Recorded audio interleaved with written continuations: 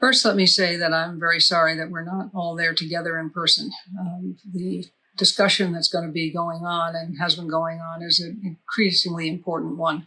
I happen to be someone who believes very deeply that this country does best with a two-party system, a vibrant two-party system, and that can't happen if one party is to the extreme of another, way to the extreme.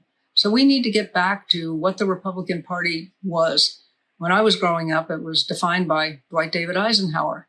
It was a party that respected the individual. It believed in keeping taxes low and balanced budgets, believe it or not. It believed in a strong international foreign policy and a strong military at home. And that was it. We didn't have a lot of litmus tests for every social issue that you can imagine. There were different ways of interpreting how we protected ourselves from foreign interference or for security at home. We also had that one of our platforms was to protect our shared environment, and different ways of interpreting that. But we all agreed on the basic principles. That's what made the party what it was. I think we've gone way astray from that. And of course, the country right now is facing a pivotal moment. We are being hammered by an economy that saw its worst quarter growth since we've been keeping tabs on that. We have seen a pandemic that has already destroyed the lives of 150,000 Americans, more than 150,000 Americans. And we have people rioting in the street because they don't trust the police anymore, because they've watched some brutality that they can't abide with. Demonstrations that often start off peacefully and then, unfortunately, because of one or two or maybe a small group, devolve into riots. And we need to get people back to where they trust the federal government, where they trust the rule of law, where they respect the rule of law. And that's one of the things we've lost. So there are a number of things that we can do. First and foremost, I believe that there has to be a clear message from a Republican Party that says anyone who wants to vote, who is eligible to vote, has to have that right. We have to make it as easy as possible for people to vote. Because when they feel they're disenfranchised, then they don't pay any attention to the rest of it. They don't believe in their government. They won't support their elected officials. And we have chaos.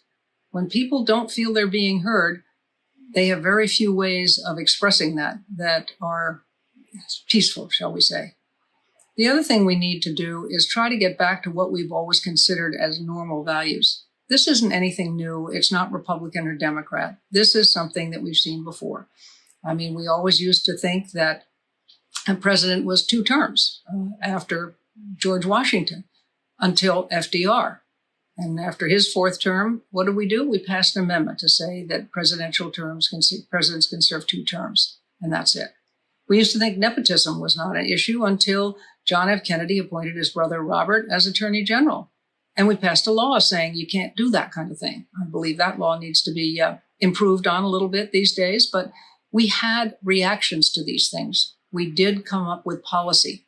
We can do that again.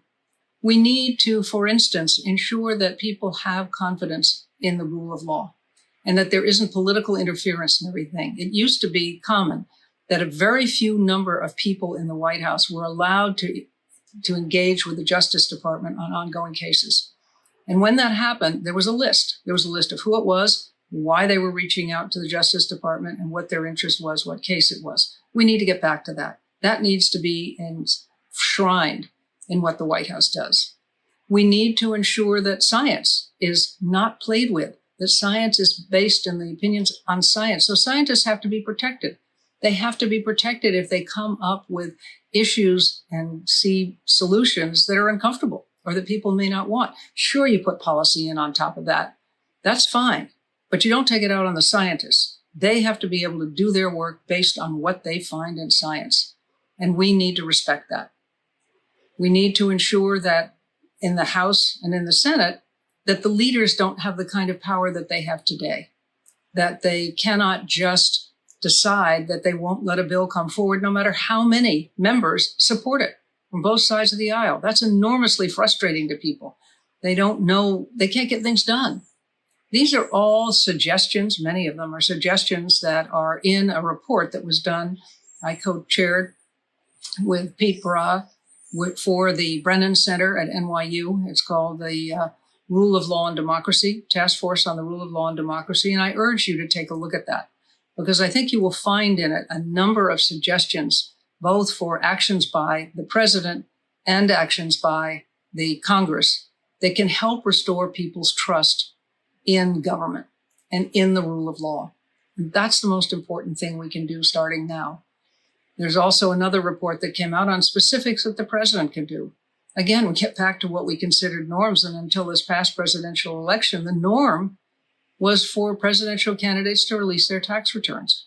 Obviously, that didn't happen the last time around with President Trump. But we need to require that.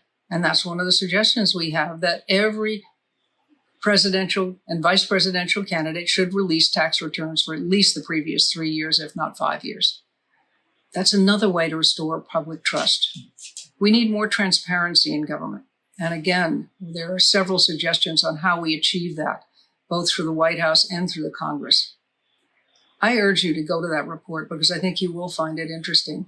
And we have to remember that the most important thing we can do is to ensure that we have a vibrant second party, one that speaks to more than just a very small handful of people, a group of people that live on the extremes. We can't keep going the way we're going. I am very worried for ourselves as an international country. I mean, we're losing our allies. Our allies don't trust us. They worry about it. We need to be clear about when you can engage with a foreign power. Certainly not in an election. That is against the law already.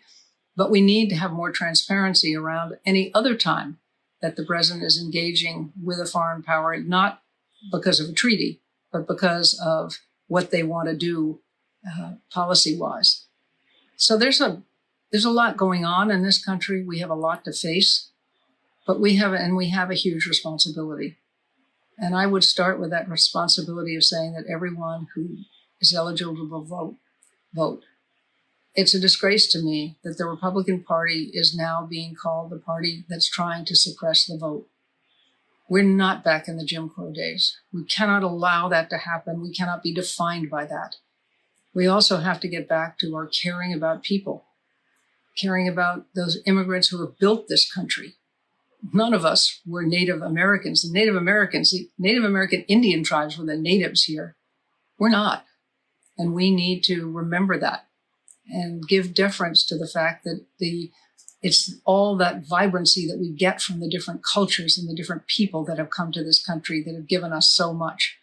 If we start to get back to those things, if we start to reinforce those principles of the federal government, of the Republican Party and what it is, I think we'll be in pretty good shape.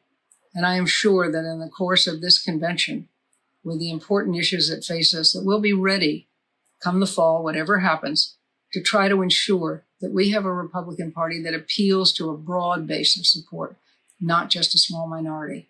And I look forward to hearing and seeing all the recommendations that come from this conference, this convention. Thank you for doing it. Thank you for being part of it. And again, good luck with all that you do.